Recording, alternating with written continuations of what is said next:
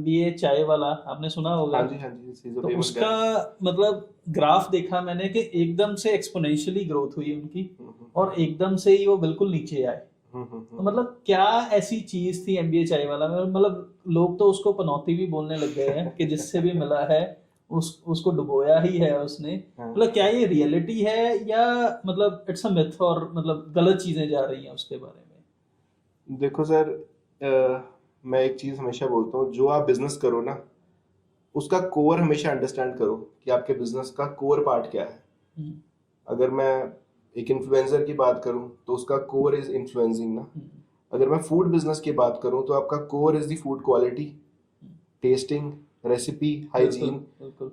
तो अगर हम अपने कोर की तरफ फोकस नहीं ना करेंगे तो मेरे ख्याल से एक तो सबसे बड़ी प्रॉब्लम वो है दैट एमबीए चाय वाला is more towards the influencing part. Okay. And secondly I think that चाय बिजनेस, चाय में बहुत सारी फ्रेंचाइजीज हैं, चाहे सुट्टा बार है, चाहे चूरी है, there are so many brands, local and international and national brands जो इंडिया लेवल पे अच्छा कर रहे हैं।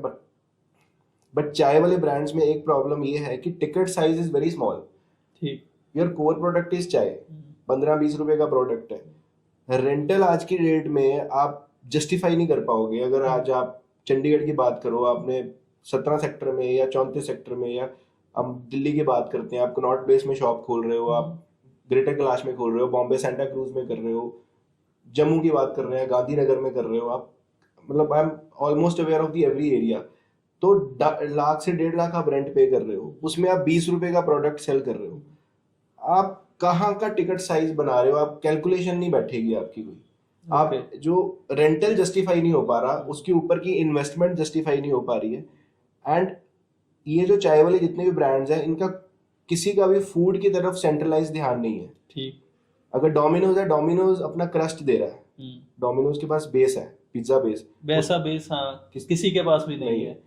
इसी तरह से सबवे के पास अपनी इन हाउस ब्रेड्स हैं, सॉसेज हैं, मैकडीज के पास अपनी बर्गर पैटीज हैं जो उसकी यूएसपी है, बिल्कुल। पिज्जा हट के पास उसका वो बटरी बेस है। हम्म, चाय वाले ब्रांड के पास ऐसा क्या है जो आप घर नहीं बना सकते, या कोई और आउटलेट रिप्लेस नहीं कर सकता, या जो लड़का उसके पास काम कर रहा है वो बगल वाली दुकान पे जाके भी वो सेम चीज बना देगा। इट्स जस्ट अ चाय पत्ती जो आपको आसाम से मिल जाएगी, बिल्कुल। जो एक ग्रेड होता है जो कि स्टीमर में बनती है। It's a normal thing. आप किसी भी चाय वाले रिटेलर या होलसेलर से मिलो, आपको फॉर्मूला बता देगा। ठीक। इट्स अ 5 मिनट थिंग ठीक। इन फूड इंडस्ट्री। ठीक। सो यूएसपी नहीं है। मुझे सबसे बड़ा पॉइंट ये लग रहा है, चाय बिजनेस में there is no USP. That is the only reason of failure. बाकी तो चलो जोक्स बन जाते हैं जितने भी बने हैं, बिकॉज जिसका नाम ज्यादा उसकी बदनामी भी ज्यादा, क्योंकि वो बहुत बड़ा इन्फ्लुएंसर है एमबीए चाय वाला। तो उस वजह से फिर लोग कुछ ना कुछ बात करते हैं। बट हाँ, फ्रेंचाइजीज शटडाउन इतनी ज्यादा हुई हैं जिस वजह से बहुत ज्यादा लोगों में एग्रेशन आया उसके अगेंस्ट। और फ्रेंचाइजी शटडाउन होने का कारण बहुत सिंपल है, दैट कोर बिजनेस पे फोकस नहीं है, फूड बिजनेस पे।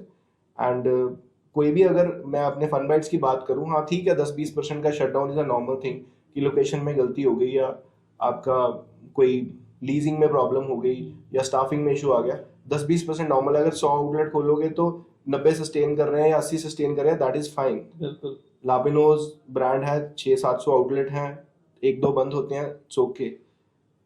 मतलब सचिन तेंदुलकर भी कई बार जीरो पे आउट हो जाता है। राइट।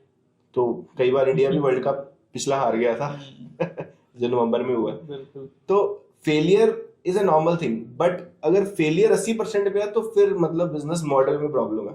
तो मतलब एमबीए चाय वाला एक इन्फ्लुएंसर है, वो एक उसका कोई फ्रेंचाइज मॉडल प्रॉपर नहीं है। फ्रेंचाइज मॉडल में इशू है, बिजनेस मॉडल में भी इशू है, मेन्यू कार्ड में इशू है मेरे ख्याल से तो। ओके। क्योंकि सिर्फ चाय के बेसिस पे ब्रांड नहीं बन सकता।